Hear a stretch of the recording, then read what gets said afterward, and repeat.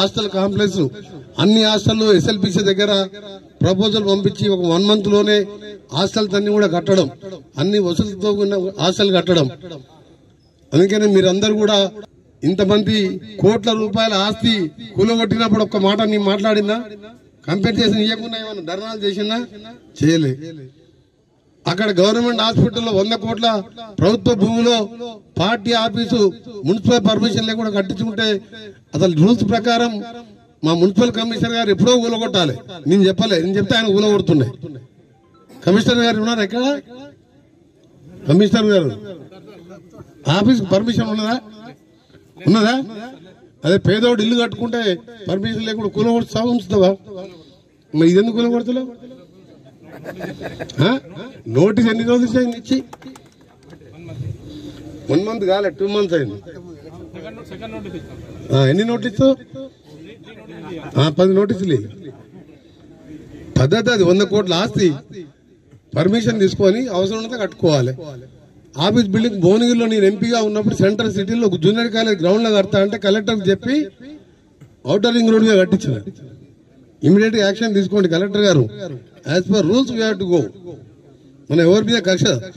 అక్కడ ఇలా women's hostel లేదా గవర్నమెంట్ ఆఫీసు ఇంకా ఎన్నో బిల్డింగ్స్ అవసరం ఉంటాయి. మన కలెక్టర్ ఆ పక్కకు వెంకటేశ్వర స్వామి వెంకట టెంపుల్ ఉంటుంది, పక్కకు ఆంజనేయ స్వామి టెంపుల్ ఉంటుంది. బిల్డింగ్ పర్మిషన్ ఉండదు. అసలు టౌన్ లో నేను మినిస్టర్ గా చెప్పకూడదు. ఎవరు ఎక్కడ రోడ్డు మీద ఇల్లు కట్టుకున్నా మీరేమనొద్దు. అంతేనా? నువ్వు చేయటం నువ్వు చేయి. ఇది minister order means government order. You go as per rules. Common man కి ఏ విధంగా ఉన్నాయో ఆ విధంగా చేయాలి. ఇదంతా ఎందుకు చెప్తున్నంటే ప్రభుత్వ ఆస్తిని కాపాడుకోవడం, ప్రజల ఆస్తులను కబ్జాలు చేస్తే రౌడీజం చేస్తే రౌడీజం బంద్, అభివృద్ధి లక్ష్యంగా పనిచేస్తా, పేదవాడుస్తే నా సొంతంగా నా దగ్గరగా నా పిల్లల్లాగా వాళ్ళని చదివించుకుంటూ పేదవాళ్ళకి అండగా ఉండడం, నల్గొండ టౌన్ ని మోడల్ గా చేయడం నా లక్ష్యం. కాబట్టి కొత్త కలెక్టర్ గారు వచ్చింది కాబట్టి కలెక్టర్ గారికి కూడా నా ఐడియాస్ ఏందో తెలియాలి కాబట్టి పత్రికా ముఖ్యంగా చెప్తున్నా. కలెక్టర్ గారు మీరు వేరే తిరిగా అనుకోవద్దు.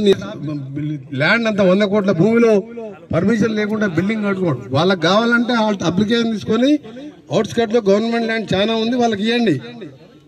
These are government as a minister and means I'm representing government of Telangana. దా విధంగా ల్యాండ్ కూడా ప్రొటెక్ట్ చేస్తాం. మీ అందరికి కూడా మళ్ళీ చెప్తున్నా, ఇక్కడ ఉన్న టీవీల ఆధారంగా మళ్ళా మీరు వచ్చి మీరు టీవీలో పెట్టి మాట్లాడుతూ అడగొద్దు.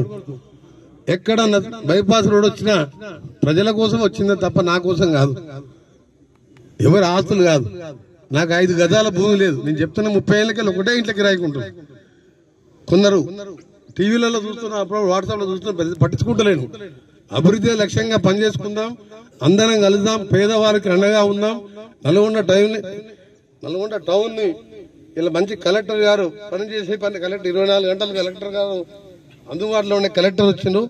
తప్పకుండా డెవలప్ చేసుకుందాం. ఈ సబ్ స్టేషన్స్ అన్ని కూడా చేసి ఒక 6 నెలల్లో 1 నిమిషం కూడా కలెక్టర్ పోకుండా ఎస్సీ గారు 2-3 లైన్లకి వెళ్ళి మన ఫీడర్స్ కి వెళ్ళి మీరు కనెక్షన్ ఇవ్వండి. ఒక దగ్గర ట్రిప్ అయితే ఇంకో ఫీడర్ తో ఎమ్మడే యాడ్ కావాలి.